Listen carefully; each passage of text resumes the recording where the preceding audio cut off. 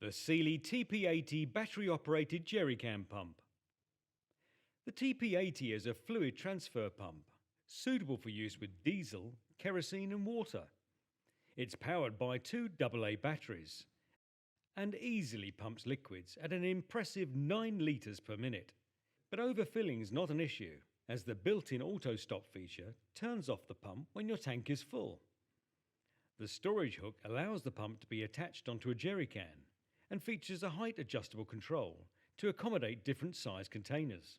So transferring fuel from 5, 10 or 20 litre jerrycans is quick and simple.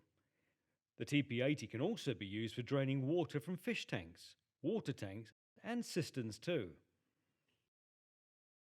The Sealey TP80 battery-operated jerrycan pump.